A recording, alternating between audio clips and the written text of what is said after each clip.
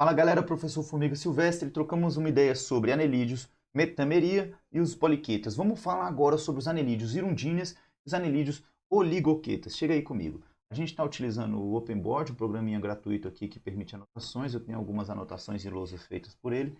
E aqui a gente definiu aí as características. Depois eu disponibilizo um PDF com essas anotações. Formiga, vamos trocar uma ideia aqui então sobre os animais da classe, do grupo, da subclasse dos hirundíneos, beleza? Subclasse dos hirundíneos. Esses animais hirundíneos são caracterizados, chamados popularmente de sanguessugas. E, beleza? Está em português. Ou também antigamente chamados de aquetas. Por que aquetas, formiga? Ué, porque não possui cerdas. Também antigamente chamados de aquetas, beleza? Aquetas. A, um prefixo de negação. Não. Quetas, cerdas, sem cerdas. Ah, amiga, quem são aí os aquetas sanguessugas? São animais hematófagos, beleza? Utilizados na medicina. Utilizado na medicina. Tem uma ventosa na porção posterior do animal, beleza? Uma ventosa menor na porção anterior do animal. Esse animal que apresenta como qualquer anelídeo, corpo metamerizado, beleza? Corpo metamerizado. Esse é uma. Aqui, velho, esse corpo metamerizado você sempre vai ver nos anelídeos. E ele apresenta o movimento exatamente. A movimentação dele é assim: ele se fixa com suas ventosas e vai de uma ventosa para outra. Alguns, beleza? Em ambiente aquático, porque são todos de ambiente de água doce. Água doce, o ambiente onde você vai encontrar as sanguessugas. Sanguessuga. Beleza? São ambientes de água doce. Esses animais são hematófagos e irão consumir o que? O sangue dos animais. Hematófagos irão consumir o sangue dos animais. Ele rapidamente consome o sangue. Se a galera dá uma sacada na estrutura bucal desse animal, vai encontrar, além de um poderoso glândulas que secretam anestésicos e que impede a sensação de dor, beleza? Vai encontrar três dentões assim, ó, quitinosos, três dentões quitinosos, beleza? E ficam se movimentando para frente e para trás, e a boca do animal. Esses três dentões quitinosos ficam triturando ali a carne do animal e ele vai sugando o sangue disso aí.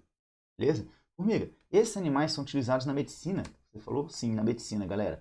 A galera perde um órgão, faz um transplante, faz uma operação em que há um dano muito grande de vasos sanguíneos. E esses vasos sanguíneos necessitam ser construídos novamente pelo corpo da pessoa. Beleza? Vascularizado, precisa revascularizar o corpo. A galera coloca sanguessugas lá. Por exemplo, perdeu o dedo, plup, colou o dedo de novo, costurou, bota uma sanguessuga lá. Pô, já mete uma sanguessuga lá que vai ficar sugando o sangue, estimulando a vascularização. Utilizado na medicina desde a Idade Média. Aqui no Brasil, não muito, mas em outros países aí já é um procedimento bem comum, tá bom? E vamos aí a quem interessa mesmo, os oligoquetas, as minhocas terrestres. Ah, você deixou por último as minhocas terrestres, por quê, formiga? Porque, pô, assim é a ordem evolutiva que eu troco ideia. Surgiram aí juntamente, mais ou menos, um pouco depois, as minhocas terrestres, tá bom? Surgiu primeiro um grupo aquático de ambiente marinho, a origem animais, a maioria das vezes, marinha, fechou? E aí, os das minhocas terrestres são mais recentes na história evolutiva, chamados de oligoquetas. Oligoquetas, o termo oligoquetas, o termo oligo vem de poucas. Poucas o quê? Cerdas.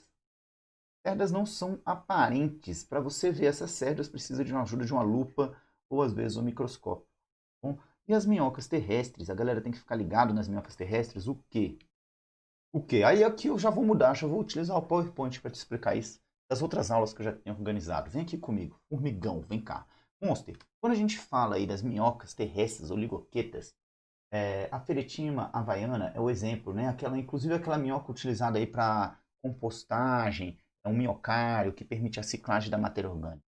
Eles apresentam ali no 14º a 16º segmento corporal metâmero uma estrutura chamada clitelo, que tem a ver com a reprodução, formação do casulo e fecundação. Já já a gente chega lá.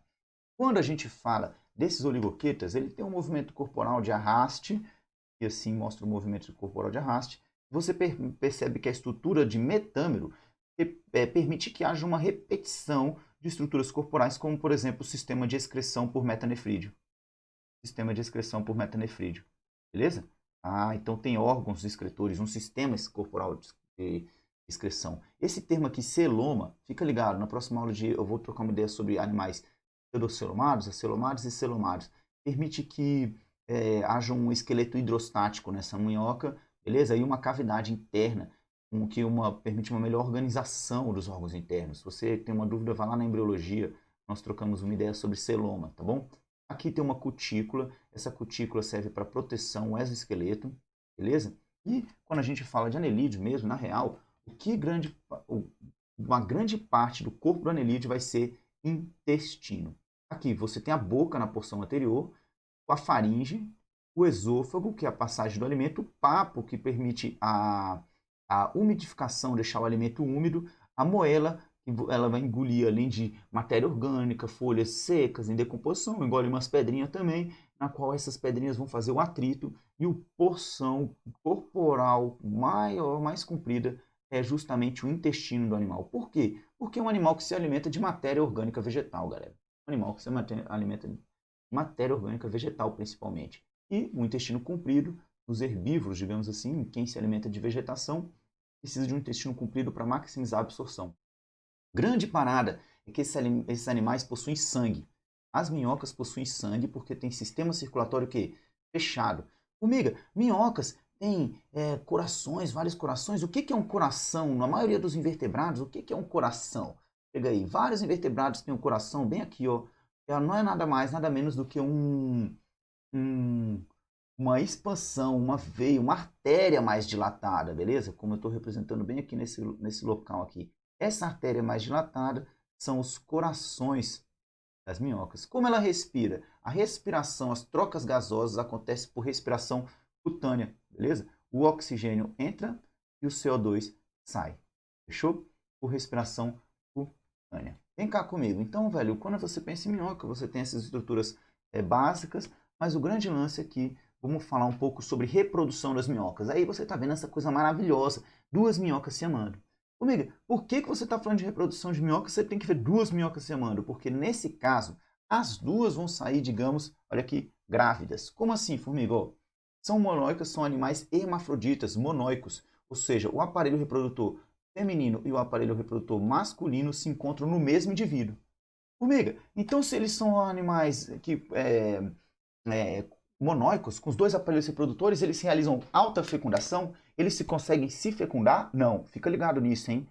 Questãozinha. Eles não conseguem se autofecundar. Eles não ficam lá, a minhoquinha não fica lá se autofecundando. Ela sempre vai precisar de um outro parceiro / parceira para que haja cópula. Chamamos isso de cópula cruzada, inclusive. Elas precisam de um outro indivíduo para que haja fecundação.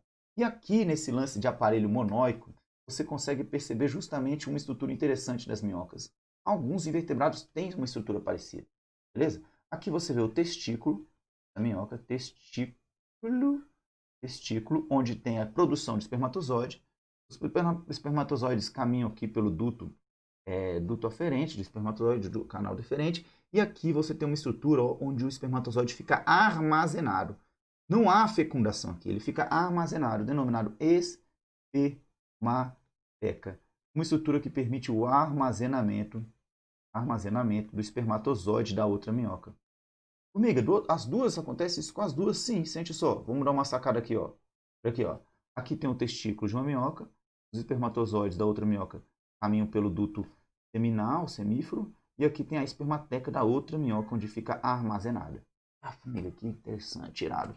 Então, quando você vê uma minhoquinha, você está vendo aqui, ó, no segmento 6, 7 e 8, você está vendo os receptáculos seminais, que são justamente a espermateca. Beleza? A espermateca. Massa. Além disso, você vê aqui essa porção, o clitelo, lá no 14º ou 16º segmento, nós temos o clitelo. E o clitelo, olha só, está associado ao aparelho reprodutor feminino. Nesse local aqui, foi feito um zoom, você tem o poro genital masculino, onde É esse poro genital masculino aqui, ó, de uma minhoca que vai se aderir aos espermatecas de outra minhoca. E o aparelho reprodutor feminino? Calma. Então, monóicos, os receptáculos seminais permitem o armazenamento do espermatozoide. E aqui você vai entender agora, finalmente, a reprodução das minhocas de uma maneira bem fácil, simples. Fica tranquilo de que você vai entender. Vem aqui comigo. Primeiro, tem o armazenamento das minhocas aí, ó. Do armazenamento, desculpa, dos espermatozoides, na espermateca. Beleza? É aqui que acontece o armazenamento do espermatozoide. No final das contas, as duas saem com os espermatozoides armazenados lá do outro parceiro barra parceira. E logo na sequência, ó, de azul, vai ser produzido um casulo. Olha lá, de azul, ó, à direita, ó, na figura. Azul sendo produzido um casulo. Nesse casulo é rico de substâncias nutritivas. E ao mesmo tempo vai ser depositado os óvulos. Olha os óvulos aqui das minhoquinhas. Olha os óvulos aqui das minhoquinhas. Esses óvulos não estão fecundados. São óvulos. Beleza? O que uma minhoca faz? A minhoca se arrasta. Então ela produz o casulo ao redor dela, e à medida que ela se arrasta, depositando os óvulos, à medida que ela vai se arrastando, esse casulo vai ficando para trás. À medida que ela vai se arrastando, esse casulo vai ficando para trás. Olha só o beta, olha bem o que vai rolar a partir de agora. Esse casulo vai ficando para trás, e ele então vai encontrar o local, olha de novo, lá na figura, ó, vai haver um encontro, olha lá de novo, ó, um encontro do local onde os espermatozoides estão armazenados. Então ali você vai ter óvulos e espermatozoides presentes no mesmo local, acontecendo então, portanto, a fecundação. Ai, formiga, que lindo. Isso, lindo. E aí depois, já fecundados, vão formar o quê? Ovos. Depois de fecundado, vão formar o quê? Ovos. Então, depois da fecundação, os ovos são deixados junto com o seu casulo à medida que a minhoca se arrasta. Ah, formiga, entendi. Então, ela armazena os espermatozoides para que o casulo, junto com óvulos, encontre esse local de armazenamento de espermatozoides para que haja, então, a fecundação. E aqui está a maior função ecossistêmica das minhocas.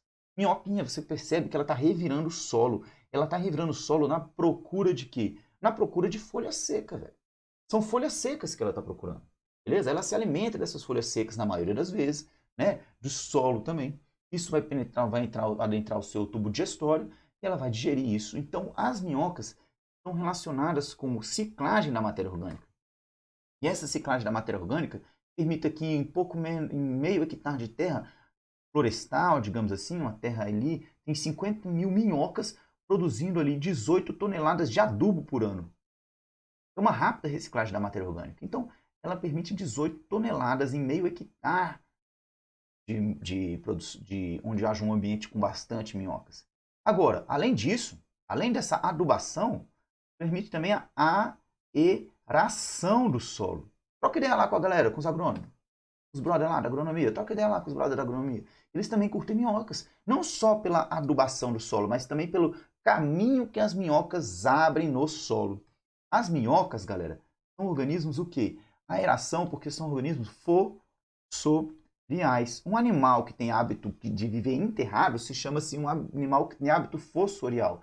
E as minhocas, por terem hábitos fossoriais, faz com que elas abram espaço. E essa aeração no solo, abrindo espaço, é legal para a oxigenação do solo, ou seja, aumenta a taxa de decomposição do solo. E também é interessante, pois vai permitir o crescimento das raízes das plantas.